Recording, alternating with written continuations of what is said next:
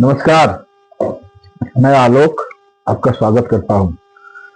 आंग्ल नए वर्ष 2026 आपका विशेष हो, बहुत फलदायी हो, शुभता मिले, आपके जीवन में स्वास्थ्य रहे, आपके पास धन आए, इसकी मैं कामना करता हूं। आपके जीवन में भगवान शिव की कृपा हमेशा बनी रहे। देखिए, आज सोमवार का दिन है, 5 तारीख भी है। चंद्रमा के बारे में मैंने बहुत कुछ बताया। चंद्रमा जो है वो संचारशील होता है, उसे यात्रा करने में बहुत मन लगता है। मृदु बाग विवेकी है, सुदक्षण है, चारु है, सितांग है, सदैव धीमान स्मृति कफा नीलात्मा च सुधाकरा से अमृतदायी है। रात में वो शीतलता जो बरसाती है चांदनी के माध्यम से, अमृत एक तरह से बरसता है। सारे वनस्पतियों को जो पोषण मिलता है चंद्रमा के माध्यम से मिलता है। जो हम पालक के साग में विटामिन ए या विटामिन सी जो भी मिलता है, और औले के फल से विटामिन सी मिलता है, ये सारा चीज का स्रोत चंद्रमा ही है। चंद्रमा ही अपने रश्मियों से पौधों के फल में जीवन शक्ति को भरता है। गेहूं में के अनाज में जो बल आता है वो भी चंद्रमा के कारण ही आता है। सारे वनस्पति के स्वामी चंद्रदेव हैं। तो चंद्रमा प्रत्यक्ष अप्रत्यक्ष जीवन को चलाता है, और क्यों नहीं चलाए। हमारे शरीर के 70% जो जल तत्व है उस पर उसी का अधिकार है। अब चंद्रमा के बारे में बहुत सारी चीजें हैं, आप जानते ही हैं, लेकिन कुछ ऐसे चीजें हैं जो चंद्रमा को पापी कहता है। उसके कुछ कृत पौराणिक कथाओं में ऐसे हैं कि वो युवा है, बहुत सुंदर है, और उसकी सुंदरता जो है वो बहुत आकर्षक है। अपने गुरु बृहस्पति के यहाँ वो शिक्षा के लिए गए थे, तो गुरु पत्नी जो तारा है युवा थी। अब स्वभाव से तो भाई युवा के तरफ ही आकर्षित होते हैं। तो चंद्रमा और तारा के बीच में प्रेम संबंध हो गया, पकड़े गए, और परिणाम स्वरूप बुध नाम का जो ग्रह है, चंद्र के पुत्र कहे गए हैं। तारा के पुत्र और चंद्र के संयोग से ही उत्पन्न हुए हैं दोनों। तो इस कारण से उसे पापी कहा जाता है। उन्हें अभिशाप भी मिला, वो क्षय होते हैं। कहानी तो पौराणिक दो है, एक गणेश जी के कारण वो उनकी कला छीन होती है, दूसरी ये भी है।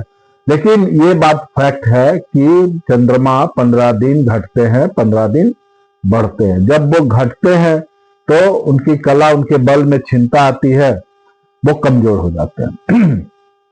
उस दौरान से पापी चंद्र कहा गया,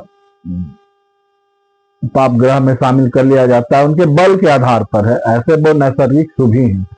और चंद्रमा अगर कृष्ण पक्ष का हो और पापी ग्रहों के संबंध भी में भी आ जाए, पाप राशियों में आ जाए, उनके क्रूर जो एंटी राशि है चंद्रमा के, उनके संपर्क में आते हैं, तो थोड़ा सा और भी वो बुरे फल करते हैं। अब चंद्रमा बुरा फल करेगा तो मन से करेगा, आपका मन को शिथिल कर देगा। मन जो है आपका कभी सुख अनुभव करेगा ही नहीं, बल अनुभव करेगा ही नहीं। मन पे अधिकार है। ऐसे भी चंद्र मन सो जात का, और जो हमारे आपके बीच में मुहावरा प्रचलित है, मन के हारे हार, मन के जीते जीत। अगर मन आपका बल है, मन में बल है, मन में सुख है, मन में सब कुछ अच्छा है, तो आप बली हैं। आप दुनिया से लड़ सकते हैं, खुद से लड़ सकते हैं, समाज से भी लड़ सकते हैं। लेकिन यदि चंद्रमा अगर बुरे प्रभाव में आ गया है और दे रहा है तो सारा हिसाब किताब गड़बड़। क्योंकि जितने भी कृत्य है पहले वो मन में होता है। जो करना है वो तो मन में पहले आप प्लानिंग करते हैं कि हाँ हम आज यहाँ जाएंगे, आज ये काम करेंगे, आज ये पैसे ऐसे लेंगे। जो भी चीजें हैं सारे चीज पहले मन में प्लानिंग होती है। शरीर उसको एक माध्यम के रूप में इंप्लीमेंट करता है। चीज है मन, शरीर इंप्लीमेंट करता है, और उस मन पे शासन चलता है चंद्रमा का। अब चंद्रमा यदि आपका शुभ बल लिए बैठा हो, सद्बलों में बलवान हो, आत्मबली हो, या फिर उच्च का हो, स्वराशि का हो, शुभ ग्रहों के प्रभाव में हो, तो चंद्रमा आपको बहुत कुछ देगा। क्योंकि चंद्रमा ही दे सकते हैं। चंद्रमा अगर नहीं अच्छा है तो सारे ग्रह मिलके भी बहुत अच्छा फल नहीं कर पाते हैं। क्योंकि एक अकेला चंद्रमा जो है सारे ग्रहों का वीर्य कहा गया, बल कहा गया है। चंद्रमा बलवान तभी सब बलवान, अर्थात मन बलवान तब अन्य ग्रह फल देगा, बलवान होगा। तो चंद्रमा जो है ये इतनी महत्वपूर्ण भूमिका में होता है। मेष राशि का चंद्रमा जो है मंगल के घर, मंगल उनका मित्र है, और अगर मेष राशि का चंद्रमा है मन से बहुत ज्यादा मन बढ़ू जिसको कहते हैं, ठीक है, जो होगा सो देखा जाएगा, अच्छा है।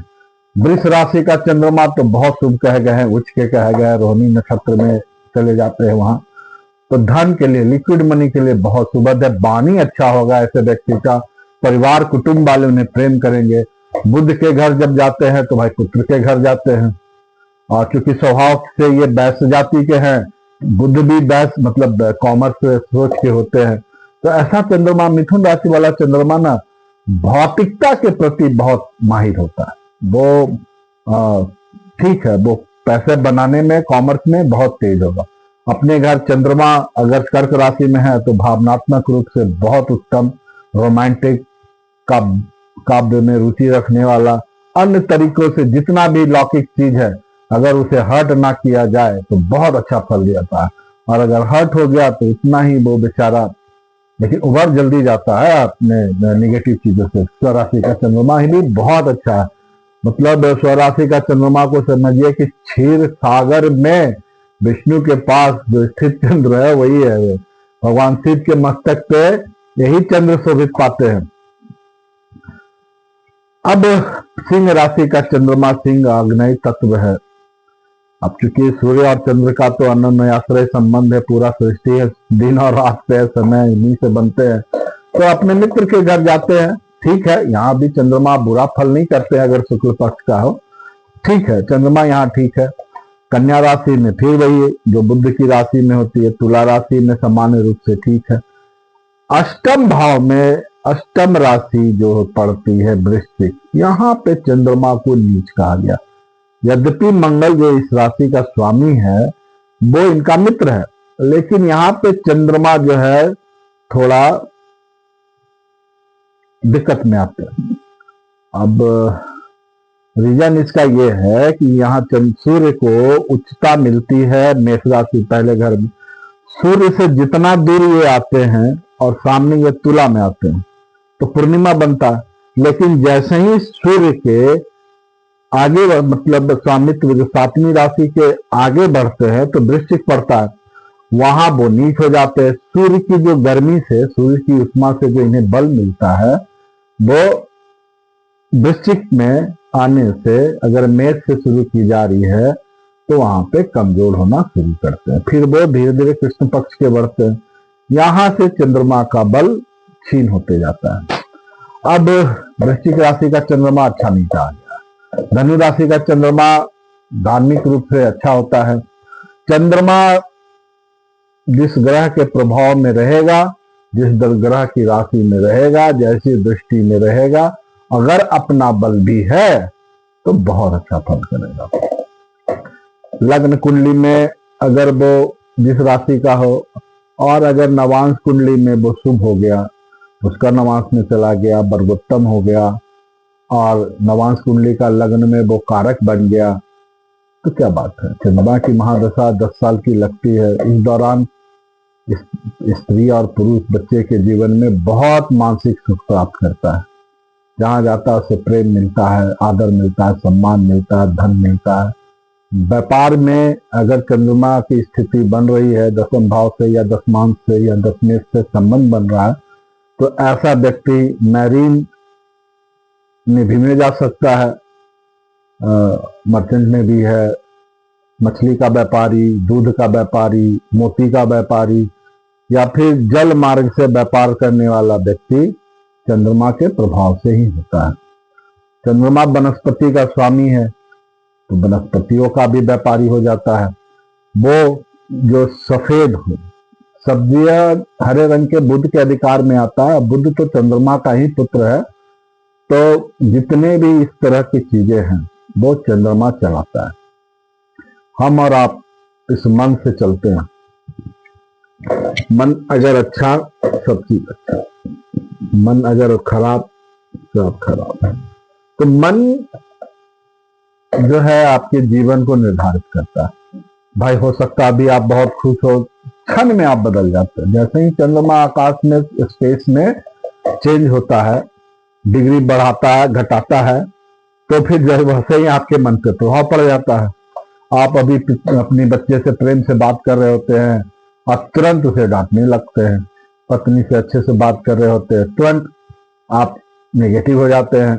ये सारा चीज जो है चंद्रमा के कारण। चंद्रमा आकार में गोल कहा गया है और 1 योजन ऊंचा कहा गया है। मनोवृत्ति इनकी अस्थिर है, यात्रा का प्रिय है। अस्थिर नहीं रहेगा तो भाई ये संसार चलेगा ही नहीं। अगर हम स्थिर मन के हो जाए तो कोई काम करेंगे ही नहीं। इसलिए चंद्रमा को अस्थिर होना शिव जी की ही इच्छा है। वो रंग ना बदले, वो रूप ना बदले, तो फिर ये मजा कैसे आएगा जीवन का? ये खट्टा मीठा स्वाद ये जो है जीवन में, वो तो चंद्रमा ही देता है ना। चंद्रमा उत्तर पश्चिम जो वायव्य दिशा होता है उसके स्वामी माने गए हैं। तो किरणें इनकी 21 कहे गए हैं। अगर चंद्रमा की स्थिति किसी भी तरीके से, अगर आपको लग रहा है कि कहीं चंद्रमा मुझे स्थिर नहीं रखता, मेरा मन बहुत जल्दी चंचल हो जाता है, किसी बात पे टिक नहीं पाते हैं, कोई कमिटमेंट दे देते हैं पूरा नहीं हो पा रहा है, फिर भी जो भी लगे, बस चंद्रमा का सर्वोत्तम उपाय है अपने शरीर के जल तत्व की रक्षा करे, उसे अच्छा दिशा दे। अपने घर के जल तत्व को रक्षा करे, उसे अच्छी दिशा दे। आपका चंद्रमा अपने आप अच्छा हो जाएगा। घर में जल तत्व की स्थिति बनती है ईशान कोण में, उत्तर और पूर्व का कोना, है ना।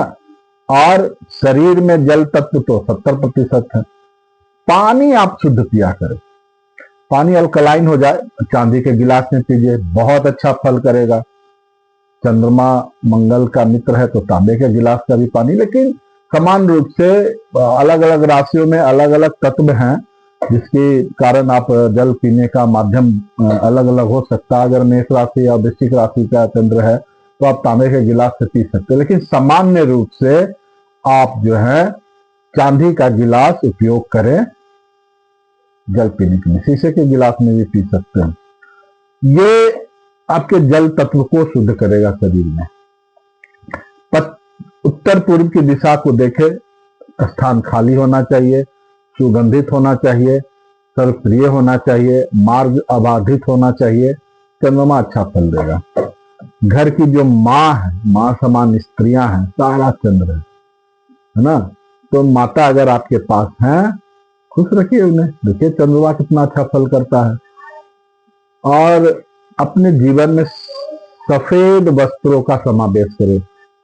सफेद वस्त्रों में आप अगर धारण करते हैं तो फिर आपको चंद्रमा उत्तम फल करना आरंभ करेगा। इस तरह से चंद्रमा को छोटी छोटी चीजों से भी अच्छा किया जा सकता है। मोती रत्न शुद्ध है, वो धारण कर सकते हैं। भगवान शिव को नित्य, सोमवार के दिन तो जरूर, लेकिन अगर नित्य हो सकता है तो जल अर्पण करें। ओम चंद्र देवाय नमः, ओम सोम सोमेश्वराय नमः, इन मंत्रों का उच्चारण कीजिए। चंद्रमा जब शुक्ल पक्ष का हो, आकाश में दर्शन दे रहे हो तो उन्हें नमस्कार किया कीजिए।